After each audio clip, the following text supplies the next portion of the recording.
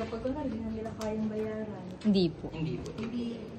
Parang in-house po kasi siya kay developer. Pwede na kasi kung nagbabayad sila, tapos nagamit naman nila yung bahay. Parang yun na yung bahay. Oo, parang yung bahay. Kumbaga, nagre-rent lang sila talaga. Kung hindi niya nang ma-full yun, hindi mapapasok na. Pwede kaya videohan? Yes, Okay, ma'am. Wait, video niyo po. May video ka nito, ma'am. Ah, sige, Send ka na lang. So ito ang pinaka-actual natin na turnover. Wala siyang tiles, plain lang talaga. Kumbaga yung ano, kung may ipapaayos to, kung halimbawa may sira itong Pintuan. pinto, CR, papalitan po yan. Pero Ayos. yung mga dating pinagawa ng owner, dating owner, ito lang ba? Lababo, hindi na po gagawin yung developer yan. So open dapat yan. Ah, yung si developer, pwede pa niya nagpatayos. Hindi po. Baka na yun. Ito na po. Kayo na po magpapatayos. Basic turnover po ni developer. Pwede namin ito galawin.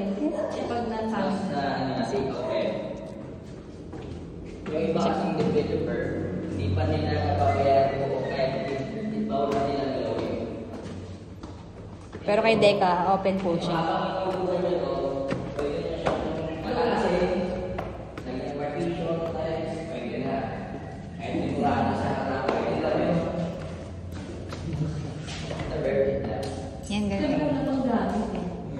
Dahil dito lang tatlong bed. 2 to 3, ma'am. 2 So, to ang 3 ginagawa ng bedrooms. karakihan ng mga owners dito, sila-extend to para sa livelihood.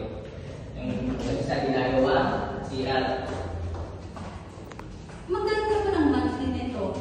Sa monthly, pag 25 years, may ano tayo sa mga 25% na down payment.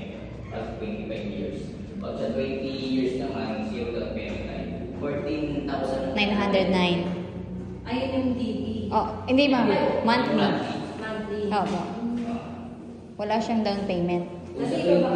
Kung sa 25 years, may down payment po tayo. Mga 90,000 po ang down payment.